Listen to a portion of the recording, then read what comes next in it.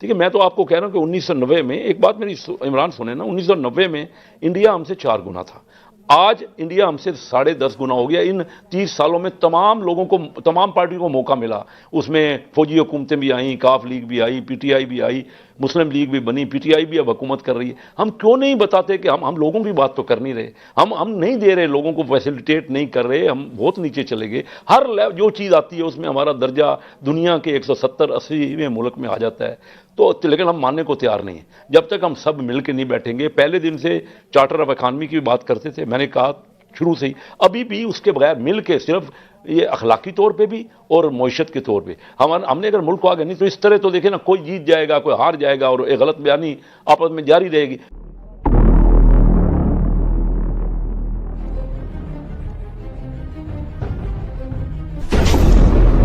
ओ भाई, हम कोई दुश्मन नहीं है, हम एक ही मुल्क के मुख्तलिफ इलेक्टेड लोग हैं। अगर कोई गलत है, अदालतें उनके खिलाफ फैसला करें। ये लीडर का काम नहीं है कि वो चोर डाकू वसूल, तो कुछ भी नहीं हुआ, अदालतों का काम है ना, अदालतों को इतना मौका दे। ये इतना जो रोज मीडिया पे हम डिटेल से बात भी करते हैं, और फिर अगर लोगों को अब सब सच का पता लग गया, लोगों को अंदाजा है, हमें चाहिए कि हम अभी भी मौका है, हम अपने सब मुल्क के लिए, लोगों के लिए। अब मैंने आपसे बात कर रहा था ना कि केक का साइज छोटा तो हो गया, लेकिन उसका बड़ा जो टुकड़ा है ना, वो अमीर आदमी को मिला है, मेरे जैसे, हम जैसे बिजनेसमैनों को, जो बड़े बिजनेसमैन हैं, जो इंडस्ट्रियलिस्ट हैं, जो बड़े जिम्मेदार हैं। छोटा काश्तकार, एसएमई को कुछ नहीं हमने दिया इंडिया में, और बड़ा आदमी आगे शेयर करने को तैयार भी नहीं, कर्जा मिलता है।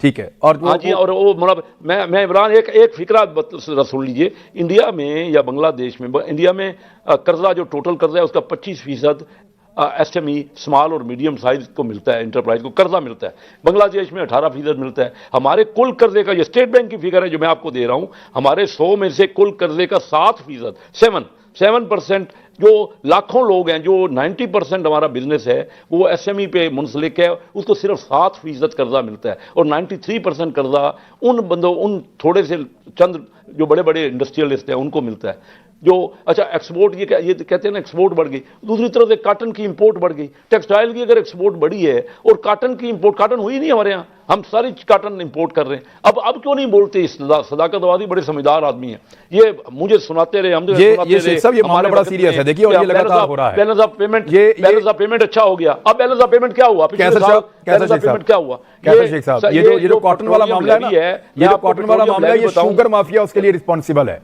शुगर माफिया और हुकूमतों की नाकस प्लानिंग है जी, हर हुकूमतों की नाकस प्लानिंग है। शुगर तो नहीं है ना, मैं तो हर फैक्टर, नहीं जी नहीं, ये टैक्स ही इनडायरेक्ट लगाया हुआ है सारा, डायरेक्ट टैक्स ही नहीं। अमीर आदमी पे टैक्स लगना चाहिए, अगर हम टैक्स नहीं लगाएंगे। सर, आप कह रहे हैं शुगर माफिया का भी कसूर नहीं है, आप कह रहे हैं कि गवर्नमेंट की पॉलिसी का भी कसूर नहीं है, तो ये कसूर किसका? किसान का है जो नहीं लगा रहा कपास। सर, गवर्नमेंट पॉलिसी देगी तो किसान लगाएगा ना। हुकूमत, इनका वादा था इमरान, इनका वादा था, कई तकरीरें असद उमर की और मेरे साथ भी फाइनेंस कमेटी में बैठ के भी वो कहते रहे कि हम जो टैक्स जो है डायरेक्ट टैक्स लेंगे, यानी वो टैक्स इनडायरेक्ट नहीं। अब पेट्रोलियम लेवी, मैं फिगर देता हूं, फिगर पिछले साल के 6 महीनों में, फिर बात इधर ले गए, बात कपास की होती है, आप एक टॉपिक पे आते हैं, फिर दूसरे पे, फिर तीसरे पे जाते हैं। सर देखें, मैं एक टॉपिक पे बात करेंगे ना, हम उस बात कर रहे होते हैं, आप आगे चले जाते हैं, वहां बात करते हैं, आप और आगे चले जाते हैं। कल को हमारे तुर्की के साथ तो ताल्लुकात वैसे ही बड़े अच्छे हैं, तो ये ना हो कल को ये कहीं टर्की जुबान सीखने लग पड़े। तो वो जो एक बात हमारे चलती है जी, शिनाख्त का मसला है, आइडेंटिटी क्राइसिस है, कभी हमें आधे लोग पर्शियन सीख रहे हैं, आधे लोग अरबी सीख रहे हैं, कल को टर्किश भी सीखने लग पड़ेंगे, उधर से चाइनीज आ गई, अंग्रेजी पहले हमारे लिए बड़ी मुश्किल बनी हुई थी।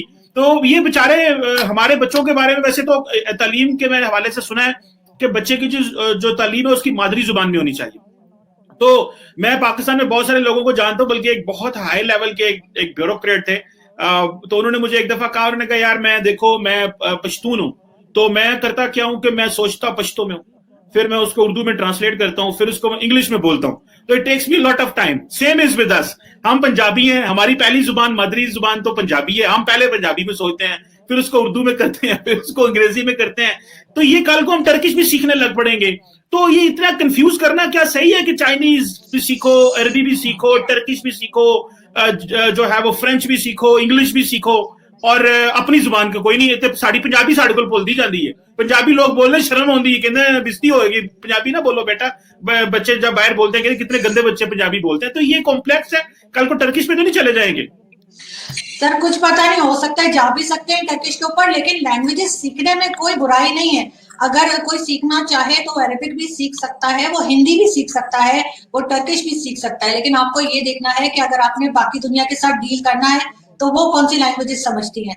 तो ज्यादा लैंग्वेज तो आपको पता ही है कि इंग्लिश और फ्रेंच, ऐसा तो नहीं हो सकता ना कि आप अमेरिका जाएं, वहां एयरपोर्ट पे आप उससे जो पासपोर्ट चेक कर रहा है आपका, वहां जाके आप पंजाबी बोलना शुरू कर देंगे तो उसको क्या समझ आएगी। तो इसलिए अगर आपने इंटरनेशनली काम करना है, और जितनी अगर आप साइंस और टेक्नोलॉजी में आगे बढ़ते हैं तो वो बुक्स आपको इंग्लिश में ही मिलेगी, वो बुक्स आपको पंजाबी में या पश्तो में नहीं होगी।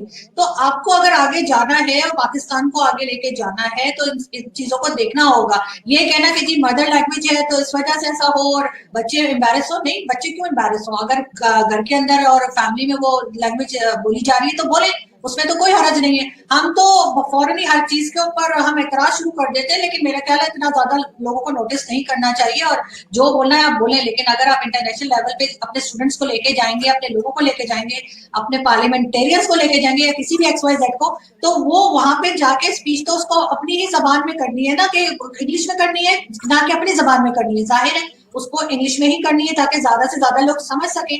तो ये कॉम्प्लेक्स जो हमारे अंदर है ना, उसको बाहर निकालना होगा कि जी हमें इसके अंदर नहीं रहना है। हमने वो लैंग्वेजेस सीखनी है जो ज्यादा से ज्यादा दुनिया समझ सके। ये तो नहीं ना कि हमें अगर पश्तो आती है या हमें अगर बंगाली आती है, हम वो बोले आगे वाले के बेशक सर के ऊपर से निकल जाए। हम तो वही जबान बोलेंगे जो मेजॉरिटी अंडरस्टैंड कर सके।